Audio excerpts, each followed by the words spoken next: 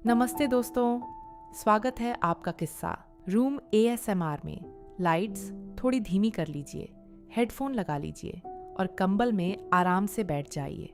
आज मैं आपको एक ऐसी कहानी सुनाने वाली हूँ जो शुरू होती है एक पुरानी हवेली से, एक बारिश की रात में, और ख़त्म होती है एक ऐसे राज पर जो किसी पुरानी किताब के पन्नों में छुपा था।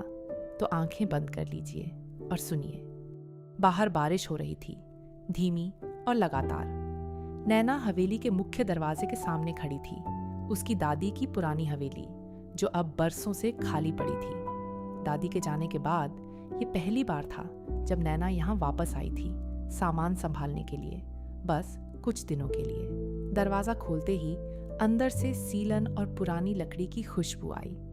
हर कमरे में धूल की परतें थीं और हर दीवार पर बरसों की कहानियां जैसे चिपकी हुई थीं।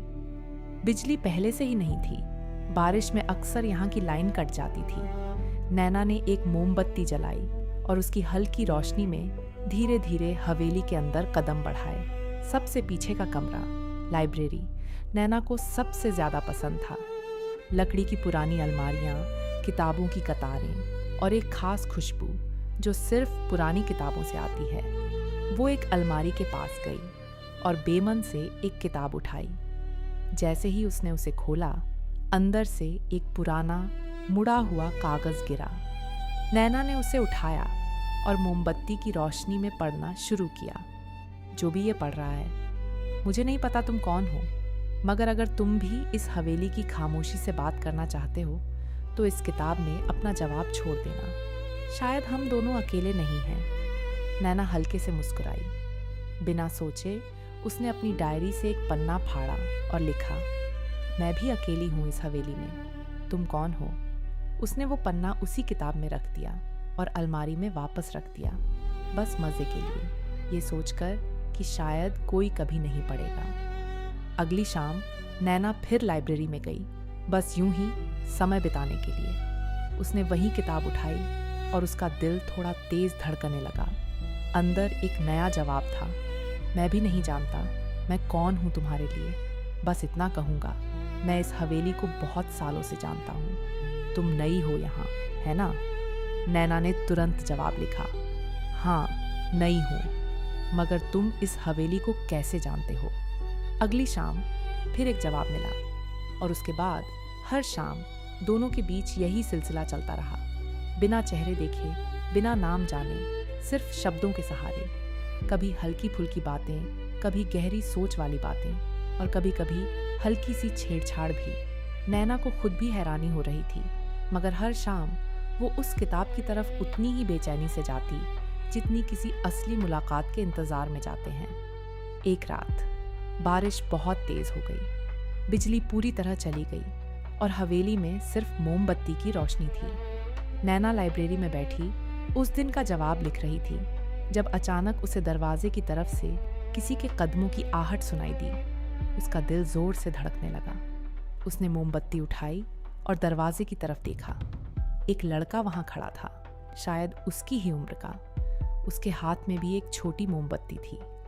देव ने धीरे से कहा, डरिए मत, मैं देव हूँ। मेरे दादाजी इस हवेली के पुराने केयरटेकर थे और मुझे अब भी यहाँ की लाइब्रेरी देखने की इजाज़त है। मुझे नहीं पता था कोई यहाँ रुका है। नैना ने राहत की सांस ली, मगर उसके दिमाग में अब भी सवाल थे। मैं नैना हूँ, ये हवेली मेरी दादी की थी। दोनों कुछ देर खामोश रहे, बस मोमबत्ती की रोशनी में एक दूसरे को देखते रहे।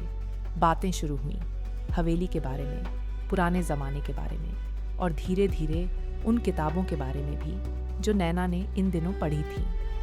नैना ने हल्के से मुस्कुराते हुए कहा, यहाँ एक अजीब बात हो रही है मेरे साथ।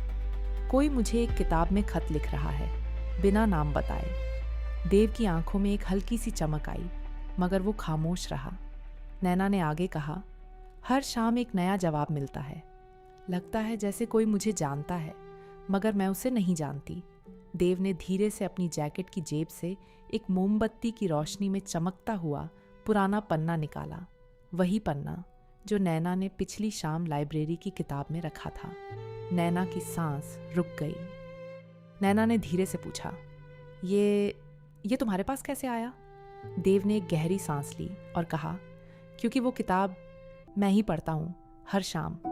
मैं ही वो हूँ जो जवाब लिखता है। मोमबत्ती की हल्की रोशनी में नैना के चेहरे पर पहले हैरानी आई, फिर एक धीमी गर्म मुस्कान। देव ने आगे कहा, मुझे नहीं पता था कि वो शख्स तुम हो, मगर हर शाम तुम्हारे जवाब का इंतजार करना दिन का सबसे अच्छा हिस्सा बन गया था। नैना ने धीरे से कहा, मेरे लिए भी। मुझे नहीं पता था मैं किससे बात कर रही हूँ, मगर हर शब्द में एक अपनापन था। बाहर बारिश की आवाज़ धीरे धीरे हल्की हो रही थी और लाइब्रेरी के अंदर 2 मोमबत्तियों की रोशनी में अजनबियों से शुरू हुई एक कहानी अब एक नया मोड़ ले रही थी। देव ने धीरे से कहा, अगर तुम चाहो तो हम अब किताबों में नहीं बल्कि सीधे एक दूसरे से बात कर सकते हैं। नैना ने हल्के से हंसते हुए कहा, मगर वो किताब वाला तरीका भी कुछ खास था। शायद वहीं रहने देते हैं, यादों के लिए। दोनों हल्के से मुस्कुराए। मोमबत्ती की रोशनी में हवेली की खामोशी अब डरावनी नहीं लग रही थी, वो सुकून भरी लग रही थी, जैसे हवेली ने खुद ये मुलाकात रची हो।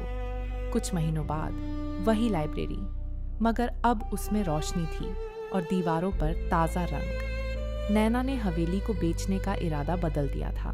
अब वो इसे फिर से एक घर बना रही थी। हर शाम वो और देव उसी पुरानी किताब को निकालते और एक नया खत लिखते, अब नाम और चेहरे के साथ, मगर उतनी ही गर्माहट के साथ जितनी उस पहली अनजान चिट्ठी में थी। कभी कभी सबसे गहरे रिश्ते वहीं से शुरू होते हैं, जहां हम सिर्फ एक आवाज़, एक एहसास या एक खत के सहारे किसी को बिना देखे भी पहचान लेते हैं। तो दोस्तों, ये थी आज की कहानी। अगर आपको ये किस्सा पसंद आया हो तो आराम से आंखें बंद कीजिए, एक गहरी सांस लीजिए और सो जाइए। शुभ रात्रि।